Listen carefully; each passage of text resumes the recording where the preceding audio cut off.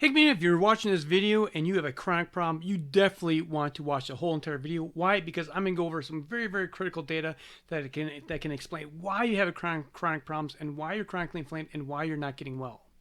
So what I'm going to do right now is I'm going to go over a case. I'm going to go over some general symptoms that she presents. She's a female in her 70s, super great lady, wants to get better, and she came to me and we put her on a guided plan. I'm just going to go over some couple real specific clinical gems that could help you out and figure out what's going on with your problem. So she comes in with, she's been damaged by antibiotics in 2007. She has neuropathy, weak legs, pain in the hip, current UTI, and then poor sleep, wakes up almost every hour. So these are really devastating things, and we did a variety of different things, but I'm going to go over a couple of key things that we did with her. So one of the key things that I do is I have all my clients take their blood sugar. It's a very, very simple process. You can buy the meter on Amazon for $30. So what we do is we check your glucose before you eat, 60 minutes, or before you eat, 30 minutes after, 60 minutes after, and 90 minutes after. So we want to get a reading of what your glucose levels are. Now, the sweet spot should be between 85 and 120 with or without food. So let me just say that again, because this is the number one most critical point that you want to get across in this video. The sweet spot for glucose with or without food is between 85 and 120. Now, anything higher than that or anything higher than 120, anything lower than 85 tells you that you're in a state of chronic inflammation and that your body is not going to be healing optimally. So what you did here is, you can see here, this is the date. So this would be the B's breakfast, lunch, and dinner. And then up in here, you can see before eating, 30 minutes after, 1 hour, and 2 hours. Now, what I want to pay attention to is I'm going to just be circling this column right in here. So this is 30 minutes post-eating. Now, look at here. 191, 136, 139. So immediately, what do I know when I look at this is she has sugar dysregulation problems, and sugar dysregulation problems will cause any problem that you have will make that problem significantly worse. That's what the research shows. So you can see in here is just, let's take this 30 minutes and then 1 hour and then 2 hours in here. So she didn't do this one, she didn't do this one. So all the numbers here, so these numbers are within range, right? Remember, the range is between 85 and 120. Outer range, outer range, outer range, outer range, outer range. Okay, this is outer range. Now remember, this whole column here is 30 minutes. So let's just focus on the 30 minutes. So nothing should be over 120. What do you see? Outer range, outer range, outer range, outer range. Oh, no, wait, that's not outer range. Outer range, outer range. Okay. Here's another column here. We have outer range, we have outer range, we have out of range. So most of the numbers that she is actually having right 30 minutes after she eats are out of range. So this is going to cause inflammation. This is going to cause problems. This is going to cause neuropathy to get worse. This is going to cause weakness in legs. This is going to cause hip pain, chronic UTIs. Why would this cause chronic UTIs? Because bacteria love sugar. That's their snack. They snack on sugar. So if you have high sugar levels, if you're eating something and your sugar levels go to 160, 150, 190 like we saw, that feeds the bacteria. That's going to keep on happening, recurrent urinary tract infections. Now, let me go over her food journal. Now, before we go over the food journal, when clients come to me, some of my job is to give you information so you understand that the information that you might be working with may be wrong.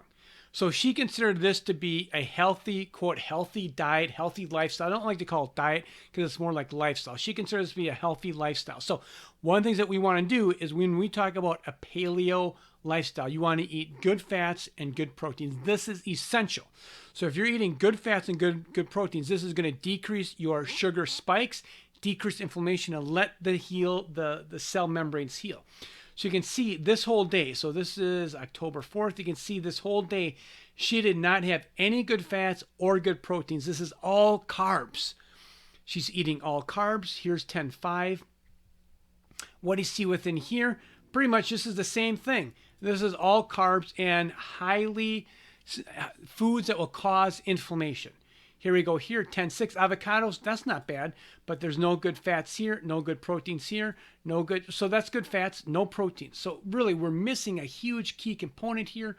Here we have the breakfast is just loaded with a bunch of carbohydrates. This is going to spike your insulin, spike sugar. and spike chronic inflammation. Here we have some tuna. Here we can see, just look at this right here. As you can see, like this is really, really lacking good quality fats, good quality proteins. Down here we have October 9th.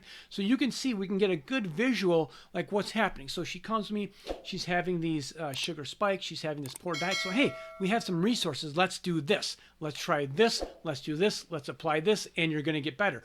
And she is getting better. This is the thing. So if you look over this, gluten-free crackers are one of the worst things that someone can eat, because gluten-free crackers have a higher glycemic index, meaning they're going to spike your sugar more so than gluten, right? So gluten-free products are not the answer if you're trying to go gluten-free. You want to do a natural paleo lifestyle program. So you can see here, and you can pause the video, you can see what's happening here is why this is happening, why this is occurring, and she's basically eating the same foods over and over and over. So one of the things that we want to do is, now this we have this data, now we have something that we can move forward with and we can start to change. Now, another thing that we actually checked, I'm going to show you one lab here. We checked a lab, and this lab is called ferritin. So ferritin right here, you can see her range is 255. You see, this is the range right here. The quote medical range is 15 to 150.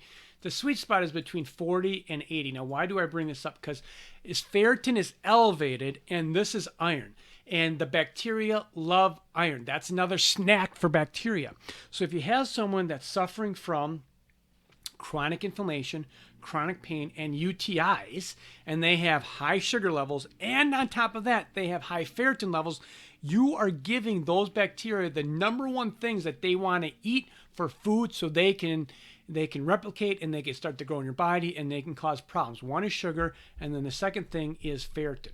So we have her on a plan to get better. She is getting better. If you have any other questions on this, I have other material on my website about ferritin and sugar. Give me a thumbs up if you like this video. Share the content.